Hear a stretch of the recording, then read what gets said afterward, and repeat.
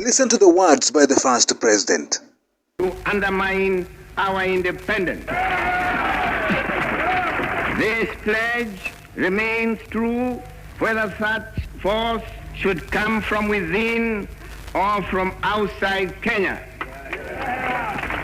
Let me remind you that the defense of this country would depend on the loyalty and devotion of our people just as much as uniformed services. Love for our country is the most effective weapon in fighting against subversion. We shall remain firm in pursuing our goals to bring our people food, education, medicine, and a better standard of life.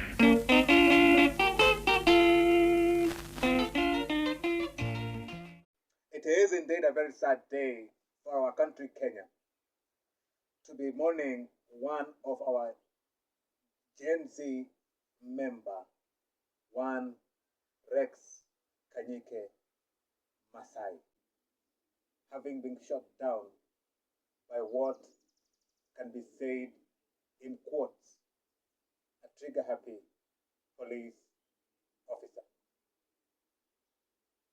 It is my view that this was not an incident of a trigger-happy incident by a police officer, but one that was a calculated and planned outcome for the Reject Finance Bill 2024 demonstration held on Tuesday. And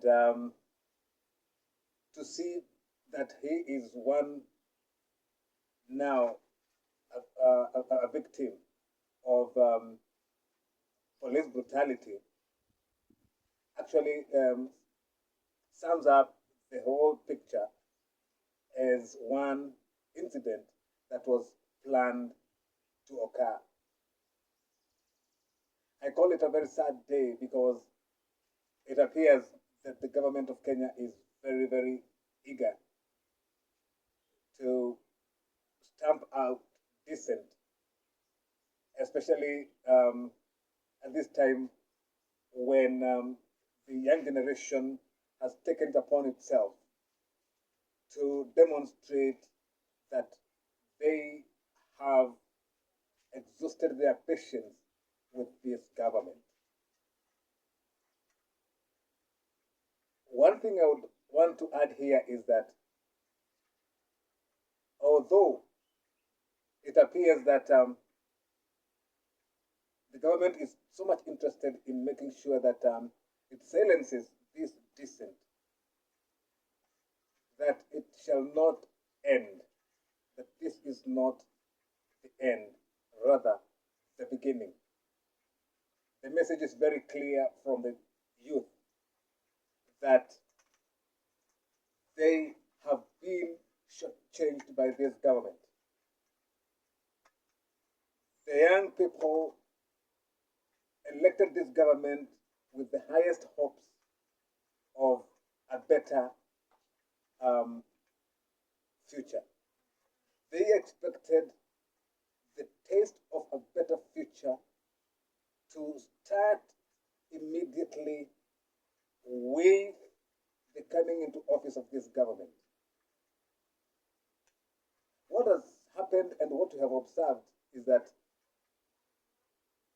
rather than the government coming into office and mitigating the pain and the suffering that the youth and the people of Kenya in general have been undergoing, they came to increase that suffering, and hence the reason why we have these demonstrations that don't just speak about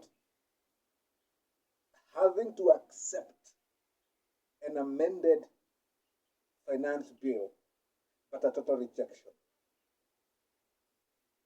That is a clear message, and should be a clear message to the government of Kenya, that the people are tired of being under its leadership, that the people are ready to do away with the Kenya Kwanza government, that the people are tired of the lies that they have received continuously from this administration headed by President William Samoei Ruto.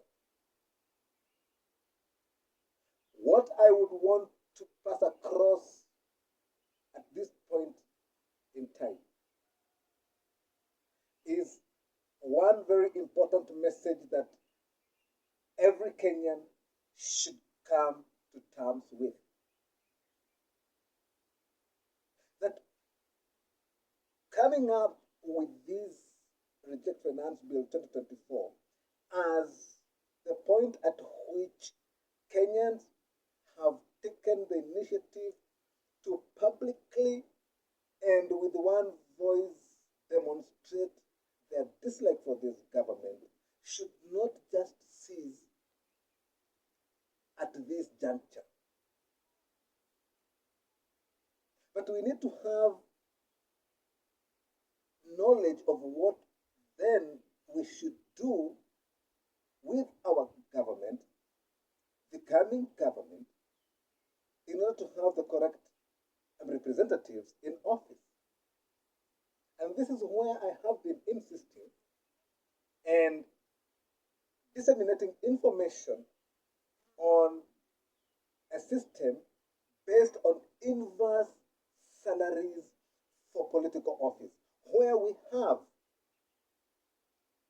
every person interested in having to take up a public office as a representative of the people first declares his wealth, two, ratifies that the richer you are, the lesser you earn, whereby we have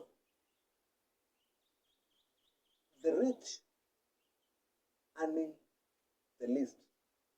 And this will be a system that will give ordinary people an opportunity to be representatives of the people, and at the same time eradicate what we have as Kenyans observed, the formation of cartels against the people. The only way out of this mistake that Kenyans have frequently made in the belief of installing a government that will be of the kind that they have always wanted to have, is to have to do away with this mentality that only the rich, the wealthy, have the mind, have the knowledge, have the idea, have the means, have the capacity to provide the ordinary people with what they seek when they go to elections, when they vote in their leaders. This sort of system is what I am referring to as demo-inspocracy. Democracy has so far demonstrated to be a lie.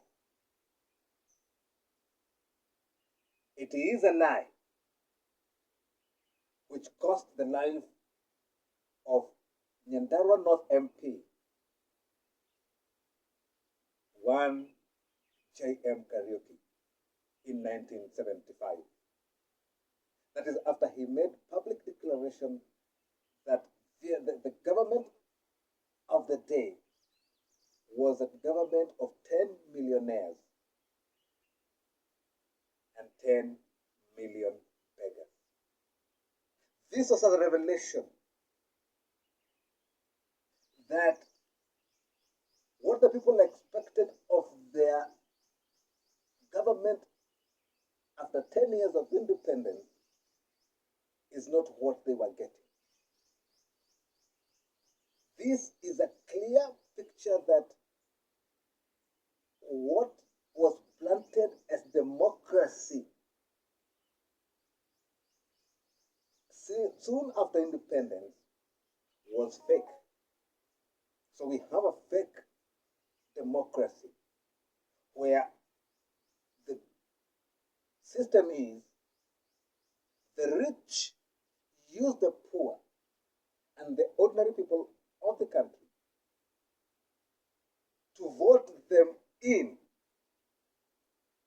so that they can advance their interests and not the people. And such has been the sequence. It is time we did away with that kind of a system and install demo-inspocracy. Demo means the people. Inspo is the acronym for inverse salaries for political office, and cracy is the form of government. So demo-inspocracy is a government by the people who have taken it upon themselves to install a government under inverse salaries for political office. And if we take that route, then we shall have so many other benefits that we shall reap from such a system. It is my hope and belief that the young people of Kenya, that the coming generation will find a lot of benefits from this sort of a system other than democracy, which has been a hijacked system by billionaires. It is time we did away with that fake democracy and installed demo-inspocracy. If we take that route, it is my belief that it shall be the best way and the best route for the best outcome for future generations. Thank you. We loved you, Ken, for what you died for. We stand.